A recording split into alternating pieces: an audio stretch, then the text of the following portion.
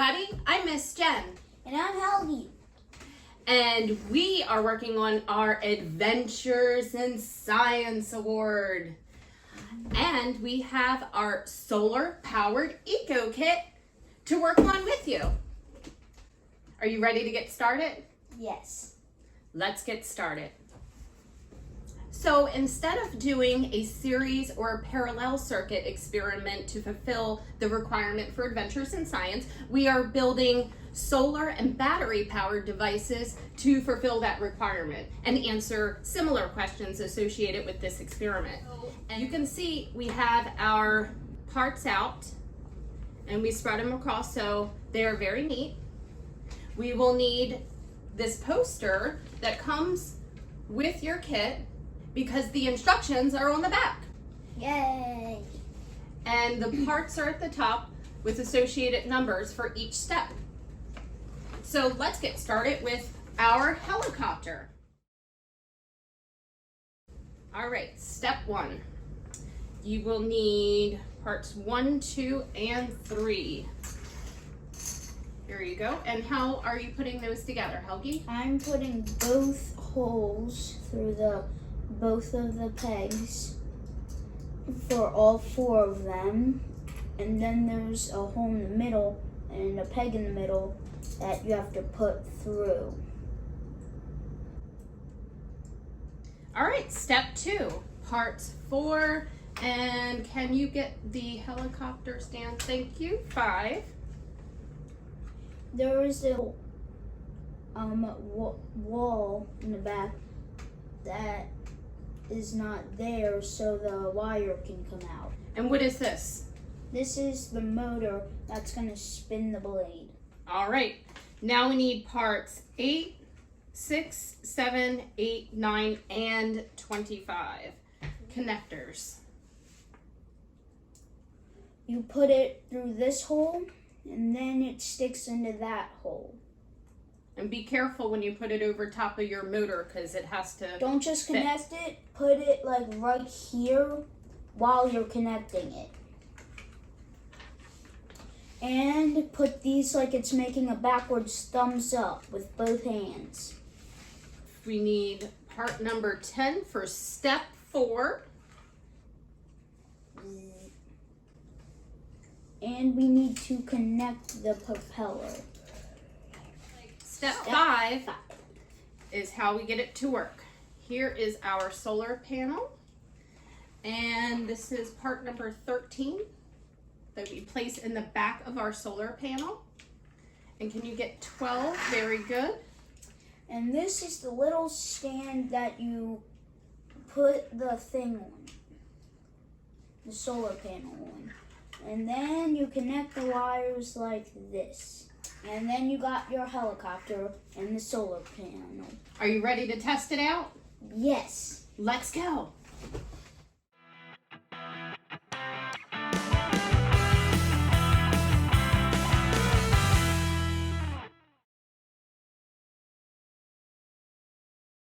To step 1 of making our fan. We had to take our helicopter apart most of the way because we are reusing some of those parts for our fan.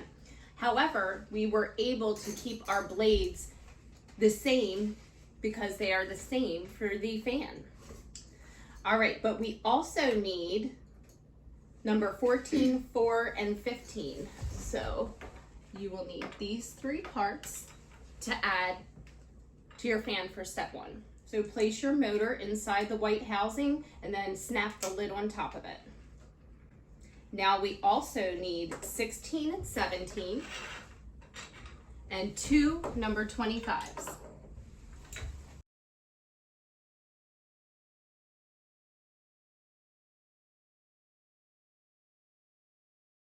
To step 2,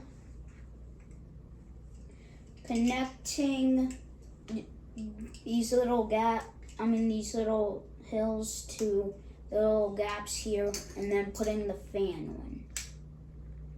that was easy. Now let's go to step 3.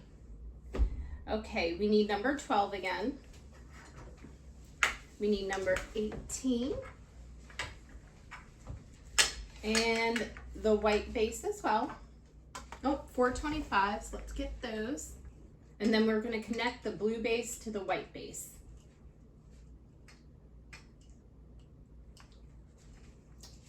So simple, like this. Very good. Now we're on to step 4.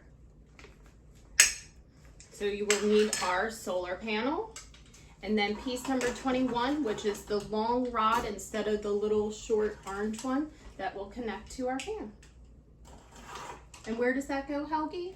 It connects right into this little hole like this. And then it's a one-piece fan. Lastly, we just connect our wires together, and I think we're ready for testing it out. Are we? Yep. Let's go test it.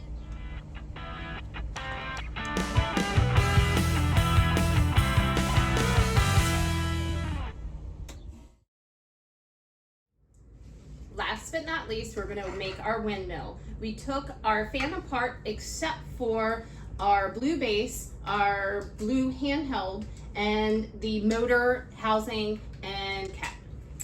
So we are on step 1. The only thing we need to add now is the blade and the housing for the blade. And step 2 is connect this to the base, which we already did. Now we're doing step 3. We need part number 26, which is this little wire with the red button on top. We need part number 19, which is a very little plastic piece.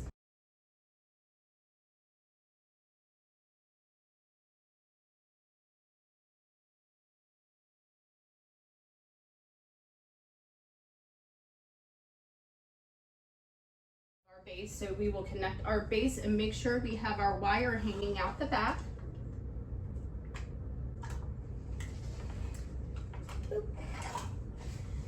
We can connect these as a full circuit, but then we won't have any power to it with piece number 27. So we're going to test our light out with our battery. Let's turn it on and see if it works. It works! Right. Now let's go outside with the battery and our solar panel and see if we can make the light and the fan work together. Ready? Mm-hmm. Let's go. So now Helgi's going to answer a couple questions for us about his solar experiment. Which do you think would last longer, the solar panel or the batteries? The solar panel, because it stores energy and the batteries would die and you would have to replace them. Did you observe any difference between when the blades turn with the battery or with the solar panel? If you do it with the solar panel, it might be a little bit slower than the batteries because the sun might go behind a cloud and show only a little bit of sun. Are there any other differences between the battery and the solar panel that you found during this experiment? Yes. The batteries you can work all the time until they're dead. The solar panel you can only work during daytime and it has to be in the sun. Because if it's not in the sun, it won't work. Very good. Well, I hope you guys have fun. I think we did too, right, Helgi? Definitely. Now let's talk about some requirements for the other parts of Adventures in Science. And Helgi and I are back to talk to you about the other requirements to complete Adventures in Science. Now steps 1 and 2 are required, and you have to pick 4 options out of step 3 to complete the requirement, which you already did one with the solar powered panels. You can use your WEBELOS book and follow along in your book to complete the requirement. We're going to discuss the things that we did to complete the requirement and show you some pictures after we're done chatting. And we will also talk about the options we did not pick that you could choose. Let's start with step 1. We had to draw out a fair experiment test to determine what we thought would happen if you planted a plant with Fertilizer. And one without. Fertilizer. I thought one plant would grow quicker than the other. And which plant would that be? The one with fertilizer or without? With. And that's all you need to do to complete step 1. Step 2, you need to visit somewhere that has a scientist, which could be a school, a laboratory, the zoo, the aquarium, anywhere there might be scientists, and ask them 3 questions. We went to the zoo, and we talked to a volunteer and a worker there. What kind of scientist are you? How long it took you to become that scientist? And why did you become that scientist? And then step 3, there are all kinds of options you have to choose from to complete. We decided to carry out experiments A and B, which involved our fair test drawing experiment. We did fertilizer and no fertilizer. And we put one of them in some sunlight. We put the other in full sunlight. another option you have in step 3 is C, to build a solar system, which we also chose to do. There's a really cool website that we use to calculate the distances and the size of the planets. And Helgi drew all the planets based on a 48-inch sun. Then we made the sun 1 inch so we could, to scale, show you how far the planets were apart on a football field. It was really cool. Next is option D, to build a model rocket with adult supervision. And you have to change different variables on these when you launch the rockets, measure the differences and record your findings, such as the size of the rocket that you're launching off and so on. Now the next option listed, option E, is to build this, so you've already completed this option.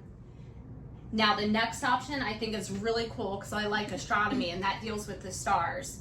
You have to study the sky for a 6-hour period, and this can be over a couple of days, and draw what you see. And it has directions of what you need to draw, which starts with the North Star, and then you want to do the Big Dipper. Follow the instructions and record your findings. Next, option G, I think is also really cool. With adult supervision, you can study the effects of the reactions of household chemicals. There are instructions in your book to follow, and you can think about when you make that baking soda volcano, they're just household chemicals. And then record your findings, and we'll talk about what you learned. Now, option H is really cool too because you get to go to the playground. Isn't that cool? Yes. We want to study the effects of motion on a playground. So if you have a really small person go down the slide or a really big person go down the slide, how fast that person goes down the slide, and record your motions. If someone's going around something that spins and they're going really fast, does that make them go in or out? You just want to record your findings and talk about what you learned. And last but not least, option I. For those of you that like to read, pick a book out about a scientist and record who the book is about and why they're important, and share that with an adult leader.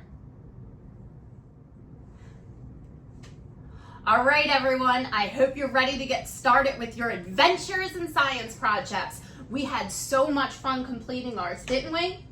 Definitely yes. What was your favorite part? When we made the solar-powered helicopter. That's so cool. That was one of my favorite parts too. Now I hope you enjoy seeing our pictures and videos of us completing our adventures in science. Have fun!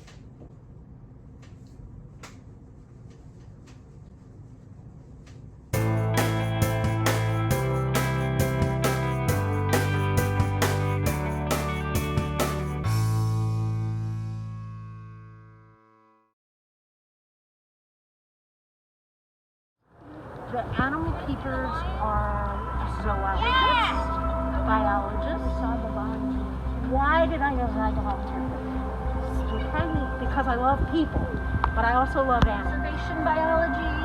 And so, yeah. How long does it take you to be that type of scientist? Oh gosh, it's all the sounds that you can hear all around us. From living things, from machines, absolutely everything.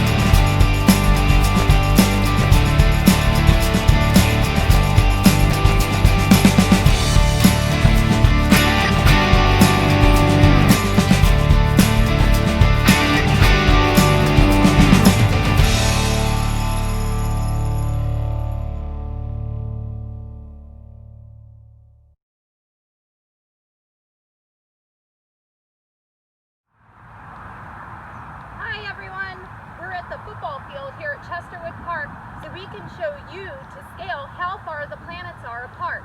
But instead of using a 48-inch based sun, we're going to use a 1-inch sun. And if you do 1 inch, make sure you have a 354 feet field. Are you ready to